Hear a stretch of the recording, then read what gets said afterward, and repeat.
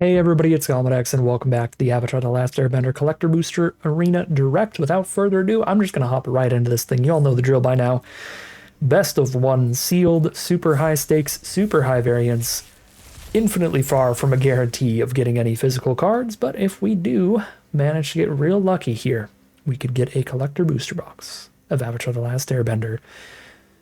Not in love with these rares. Beifong's Bounty Hunters is quite strong. Realm of Ko is nice as a mana sink if you're flooding out. And then there's some nice red aggro stuff. Wartime Protesters, Firebender Ascension. As far as I remember, I don't like this rare too much.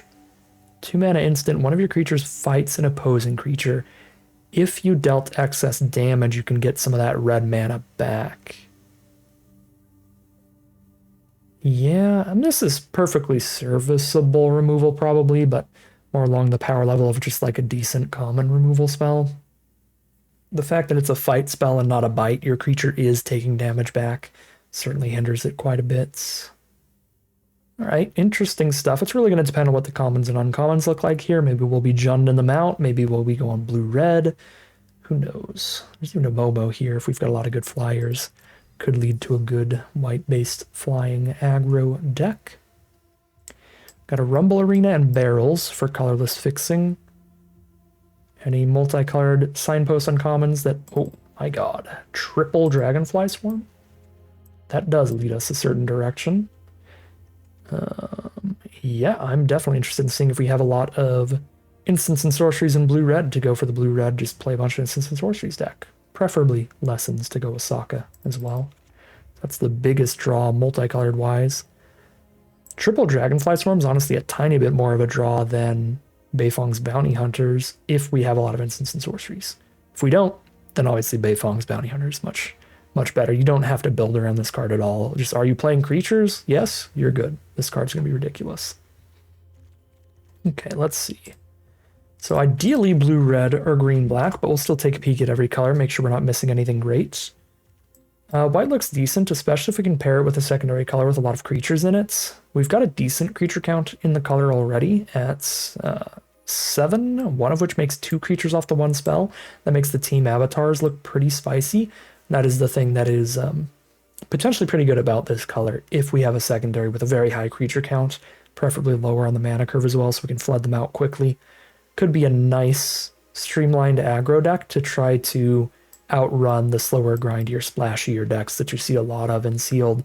The Glider Staff's another great way to stall your opponent out, get rid of one of their blockers, and start throwing flying onto your early threats. Throw it on an Avatar Enthusiast. Pretty cute. Blue. Blue's fine. One piece of interaction. This is potentially a lot of card draw over the long game. Waterbending Stroll could be good and sealed. Yeah, this is pretty fine. Multiple flyers, 3 flyers in here. Not quite as many creatures as I would want to pair it with the white, but I could see this being reasonable with another color like black or green or something. There's nothing really drawing me to it, but it is perfectly playable.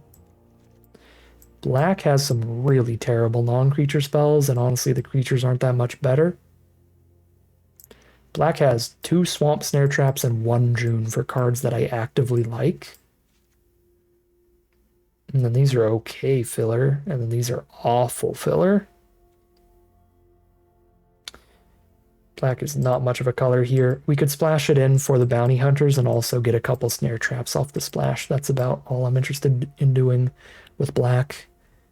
Oh no.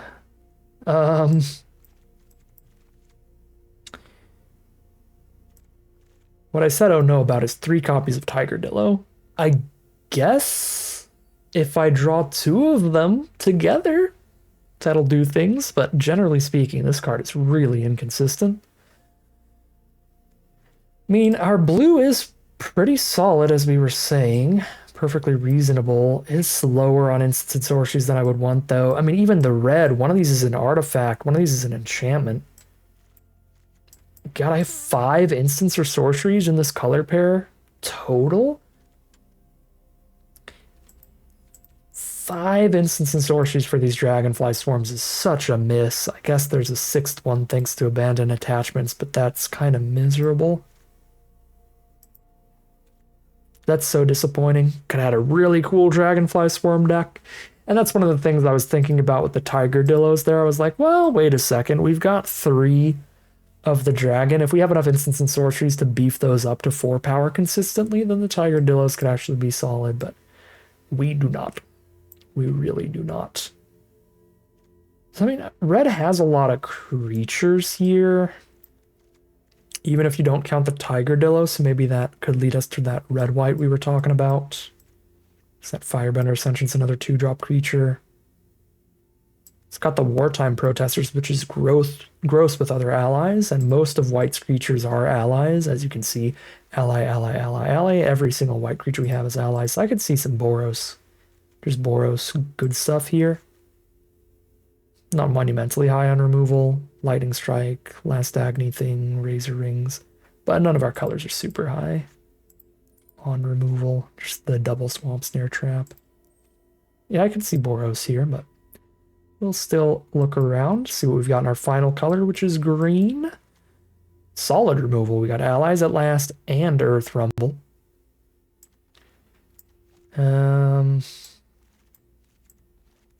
It's pretty mid. Creatures.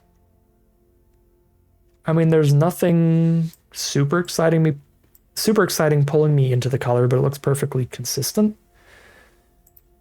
If we wanted to do that like green-red build here and get the Beifong's Bounty Hunters in, this is the color pair that can do that. It's the deck that can do that.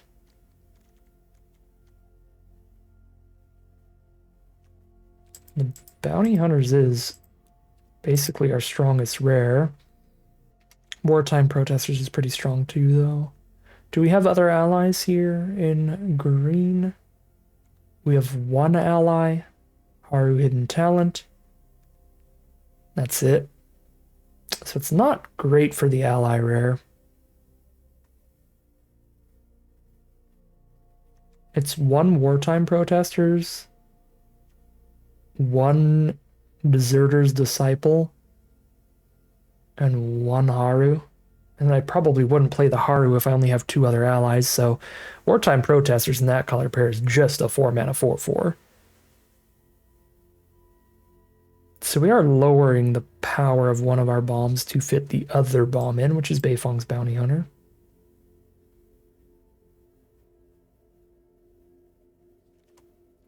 Blue-red looks absolutely tragic. It would have been really cool in theory, but the instant sorcery count is just so low.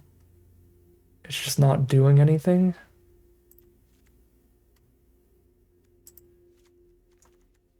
And I'll take a peek at it.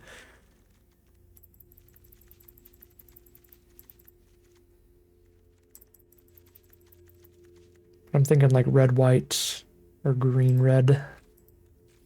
I thought we had 5 instants or sorceries. Well, I guess we do. It's just that one of them is Secret of Bloodbending. It's not playable, especially in a 2-color deck. So we have 4.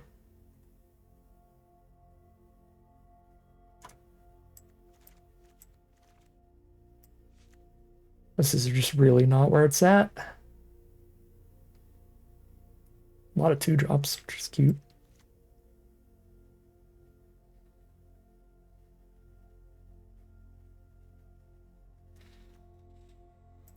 Yeah, it's not happening. Let's check out the Jund.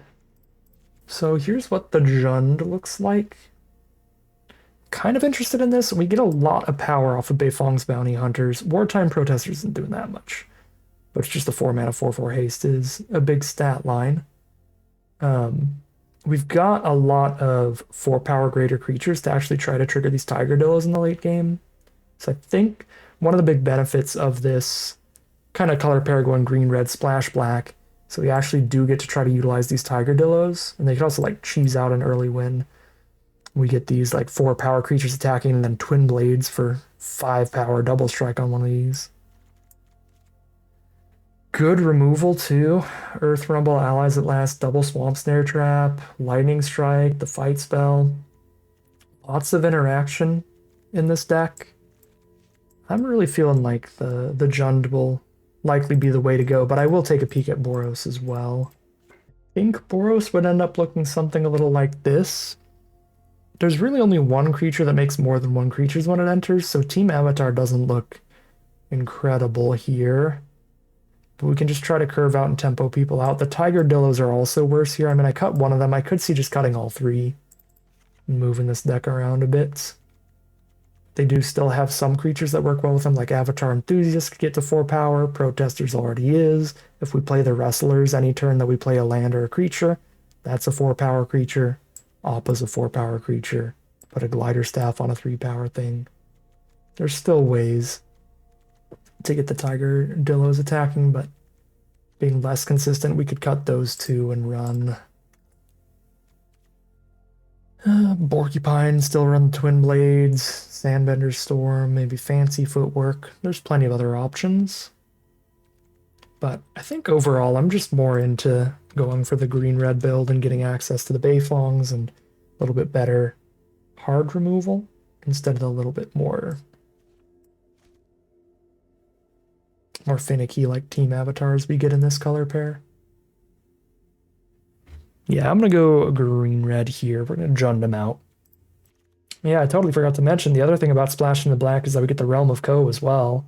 So, yeah, I do feel the black splash is going to be worth, and the best color to splash the black is green, going red, green, black here. I think we're actually not playing Zhao in this build, considering Zhao makes our Realm of Ko and Rumble Arena enter tap too. Actually kind of painful. Theoretically, like a 2-mana 2/2 Menace with no other abilities is like okay. So it could be fine filler, but it's just like right below that. It's like filler that sometimes hurts us. So it's just not even worth it. Because it was already at best filler as a 2/2 Menace for 2. Also might cut the Firebending Ascension here. We really don't have enough Firebending to really be getting value off of this often at all. It really is a 2-mana 2/2 with Firebending 1, which would be fine, but it's worse than that. It's a 2-mana 2/2 token with Firebending 1. So if that gets airbended, it's dead forever. If it gets bounced to our hand with an Invasion Submersible, it's dead forever. There's too many things that can go wrong with tokens. Still one more cut to go. I like Battle Fan, then we can put on a 3-power creature to help the Tiger Dillos out on occasion. And I do need a certain amount of filler 2-drops that actually block on turn 2. The Tiger Dillos really don't. We've got this Mongoose Lizard thing. This looks like a deck to me. TigerDillo.exe. Maybe we can actually get them to work one time. They were pretty poor in our first deck, our red-black sealed deck. They were quite bad, but this looks a lot better at actually working around with them. And that's what I'm going to name the deck after, because there's triple Tiger Dillo in this one. So we will call it a deck here, hop into the gameplay, and see if we can't Tiger Dillo it up. Here we are on the play for game number 1. Keep this, thanks to that Rumble Arena. Can do all the things. I am not going to keep a Tiger Dillo, I need lands. As cute as that would be, I've got the archers to throw the Battle Fan onto to try to work with that, but I would put almost any non-land on the bottom. Sorry, Tiger Dillo. Shared Roots, our opponent ramping up. They find a Plains. That Scry did not work out for us. Scry a non-land to the bottom, draw 2 more lands anyway. Or sorry, 2 more non-lands anyway. So we have missed our 3rd land draw. And our land... 3 draws in a row, we missed it. That's 2 missed land draws this game.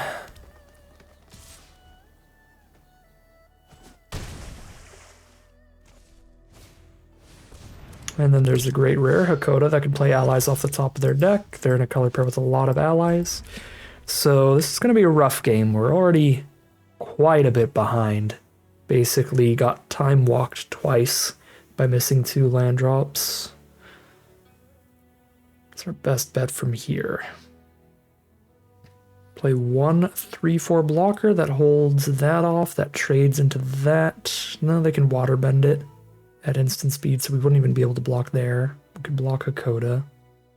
Swamp Snare Trap can kill the Vine Bender, but then Hakoda's still chilling. Might still be the best play we have for now. Yeah, I gotta be stopping some damage. Buying more time.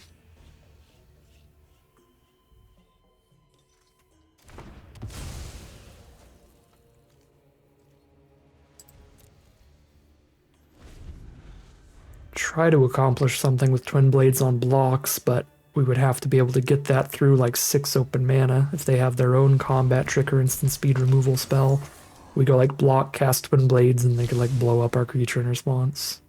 So that is far from the best way to try to clear out Hakoda. If we can find any other way, we will absolutely lean on that. But it's our backup plan. There we go. Allies at last. Can try. If they kill one of our creatures in response to that, though, we won't have enough power on board to do it. So we need to do it when they're more tapped out. Can afford a 3-mana creature in casting that. If that creature's an ally. If it's not an ally, I won't have it up. So I can only afford the 2-mana creature then. 2-mana creature and then tap the audience in the Rumble Arena to do this. Yep. Discard the Wrestlers or the Twin Blades. The Wrestlers are reach against this flyer. Actually dropping the Twin Blades this game, I think. Find a Lightning Strike.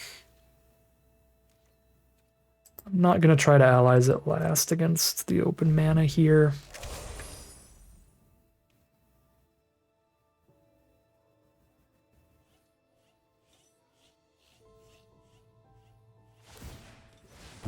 Okay, now they only have 1 up for it. So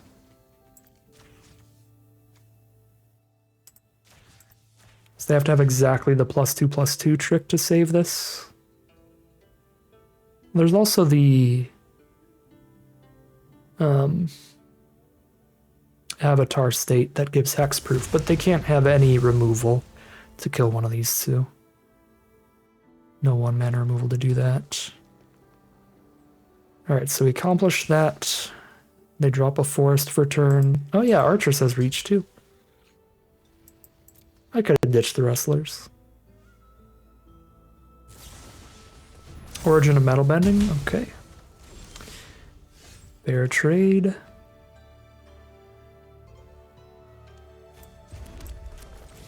Here's my new blocker for that.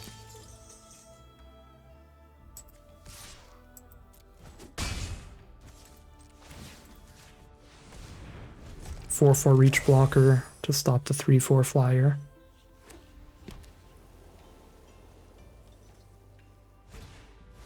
Great Divide Guide, so now they have perfect mana, and they drop a Cat Owl for another flyer. We can Lightning Strike that. Lightning Strike that and play an Ostrich Horse.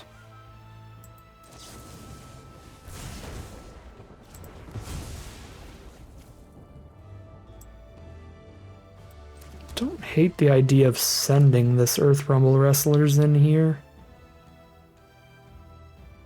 Flipping the corner and trying to be the aggressor. We take 3 on the crackback, but we're attacking for 5 now unless they let us kill Glider Kids.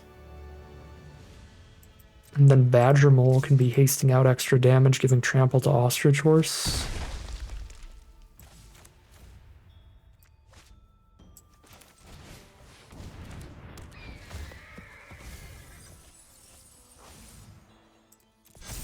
Yeah, I'm gonna make that 4 power so that it has the Badger Mole trample.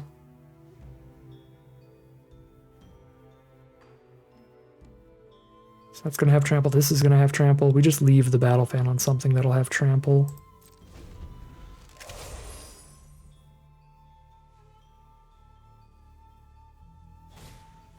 Glider Staff, slow down the wrestlers since they don't have an enter effect. Fair enough. Ooh, the fact that that gives them another flyer, though, is pretty rough. I'm gonna have to hold off on the Badger Mole. Make sure I have at least one flying blocker with the wrestlers. One reach blocker. Let's see, 4, 5, 6, 7, 8, 9, 10. I cannot do 11 damage to my opponent here, however I play it. So we'll play the wrestlers and a ruffians and attack with everybody else. So if they don't have removal to kill our reach blocker, we win. If they do, we still go down to 1. We don't die. So it needs to be able to kill our reach blocker and give them an extra power on board.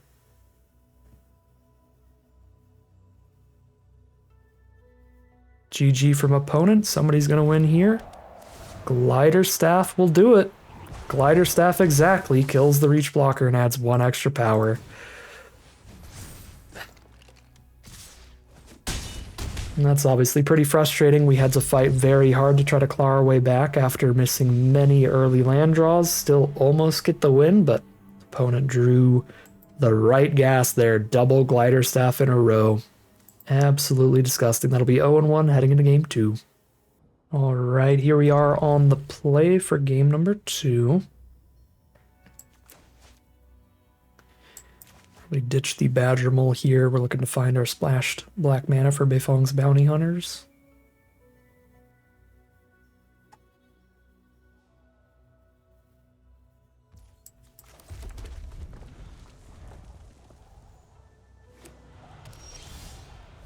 There is the black mana. We don't have a 3 mana play in this hand. I think I'm going to discard Wrestlers now. Looking for another like 2-drop. So I could go tap land 2-drop, perfect. And then I have a full curve. Play this turn 3, this turn 4, this turn 5.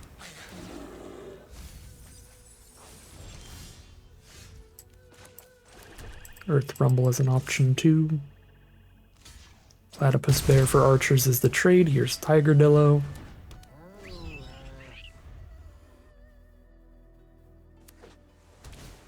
Messenger Hawk from our opponent. That Tigerdillo is going to be bashing in here. You love to see it.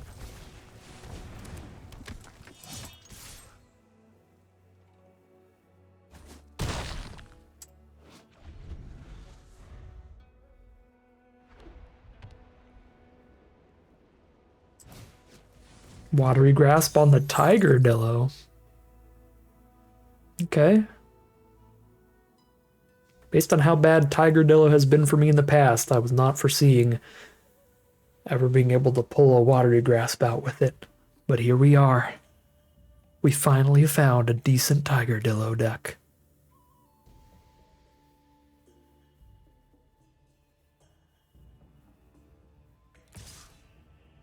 Poke me with the Messenger Hawk and draw a card. We go to 17. Land for turn, great draw. Run out the Badger Mole while they're tapped out of a Quench.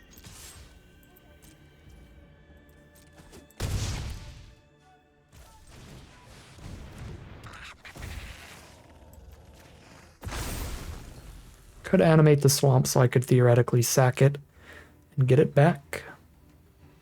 But I want double green and double red, ideally available.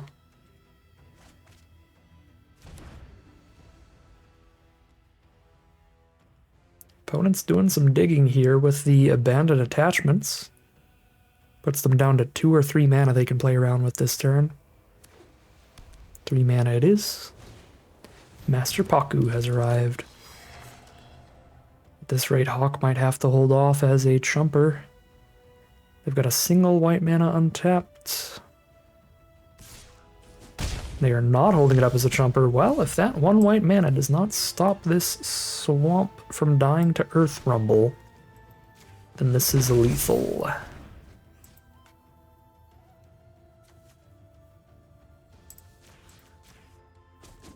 Okay, that's the first time I've ever cast that card. Apologies to opponent. It was kind of confusing, the clicks. All right, 12 damage, exact lethal, and we are 1-1 heading into game 3. I guess I actually should have used my Tiger Dillo, since it had the power to win that fight. But there's no 1 white mana destroy a creature. But like if they had the mana up for removal, that's when you can fight with your locked down creature. But I guess if they had the mana up for removal, then they would also have the mana to shuffle the Tiger Dillo away in response, and that would also be terrible. Slow hand here. We start things out on turn 3, but we are on the play. And we hit the black source for the Swamp Snare Trap, so we're doing great mana-wise. Corrupt Court Official is going to start things off from our opponent. This 5 and 6 curve is really good if I keep both of these. This could absolutely get me killed, but I'm ditching the Swamp Snare Trap here so I can go for the curve.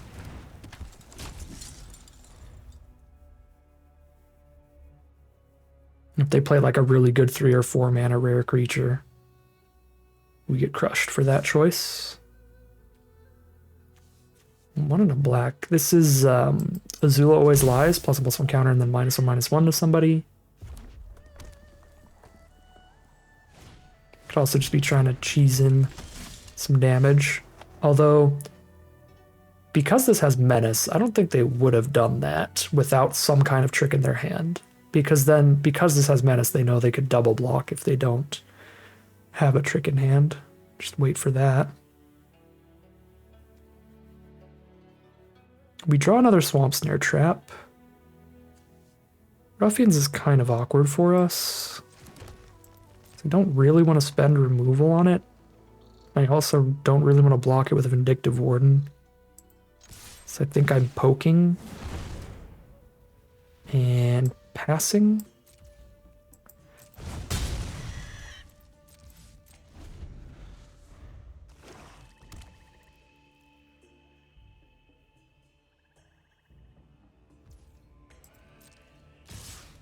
Take 4.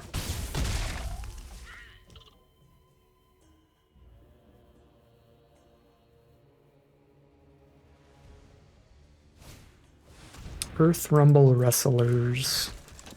It's too big to Swamp Snare Trap, but I can Swamp Snare it enough so it's not attacking me. But I think I have to Badger Maul either way. Get my stats down.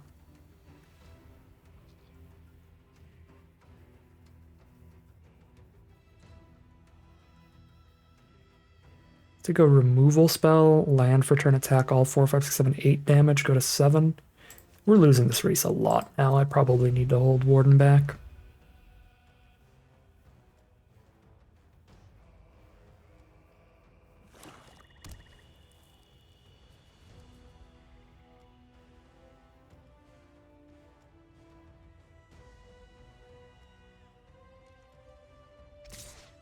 I think we take the 4 here because Flopsy really incentivizes us to keep these creatures on board as much as possible. We would way rather trade removal into their threats than creatures into their threats right now. There's an Admiral, which doesn't do anything until Inspector dies, and then there's the Lion to get the land for the Flopsy. I can force cycle this Lion and cast Allies at last. And that feels like the play.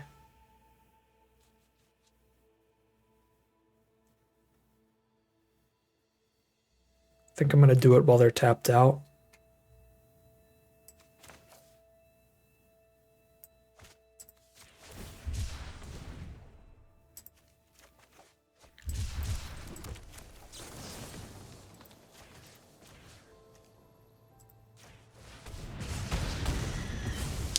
They play something else that makes a clue that's really bad for us. I guess Zhao does trigger off the land too.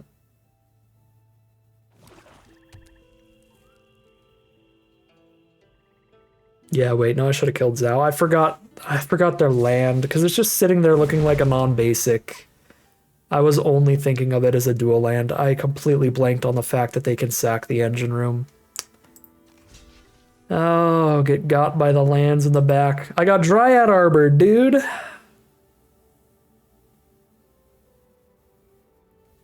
Four, 5, 6, 7, 8, 9. Let's see, 4, 5, 6, 7, 8, 9, 10, 11, 12 if I don't block.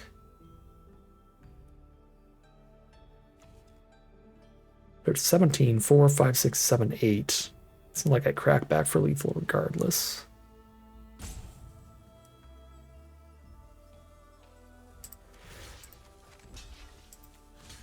Okay.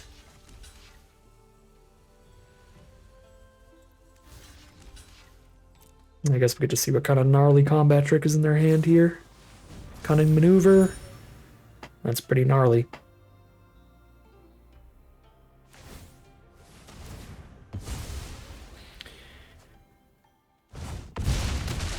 This cunning maneuver would have gotten us essentially just as bad either way. Except it actually would have taken some trample damage. They did it the other way. Oh, and they've got a Raven Eagle too? Well. Alright. I think I did kill the wrong creature. I probably should have killed Zhao with the information I had at the time, but that follow-up, cunning maneuver plus Raven Eagle pretty much kills us either way. So I don't have the mana to play Swamp Snare Trap on any creatures here, so I just Swamp Snare the Eagle and now die to the Zhao, or Swamp Snare this and just die to the trample from the wrestlers. I would have taken extra damage last turn. I'd be lower on life, I think. Because the extra cunning maneuver damage would have clipped into me instead of just the 2 from Inspector.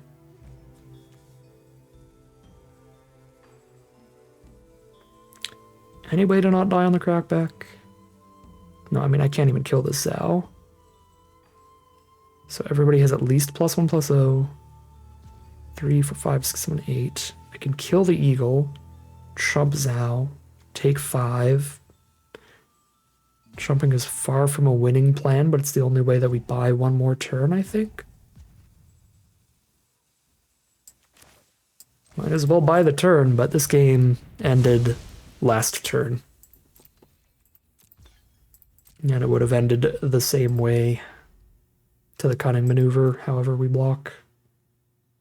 However we removal spell, I should say. Oh! I didn't play that out right, but there's no universe where we win that. They follow up the cunning maneuver combat with Raven Eagle into Ozai. Yeah. Okay, well.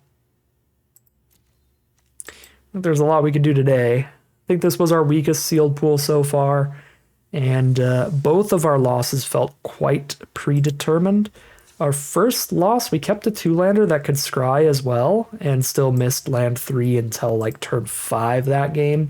So we had a really slow start. We still got to 1 turn from killing them. They had to top deck perfectly, and they did. They hit 2 gliders in a row to airbend our reach blocker and give somebody flying.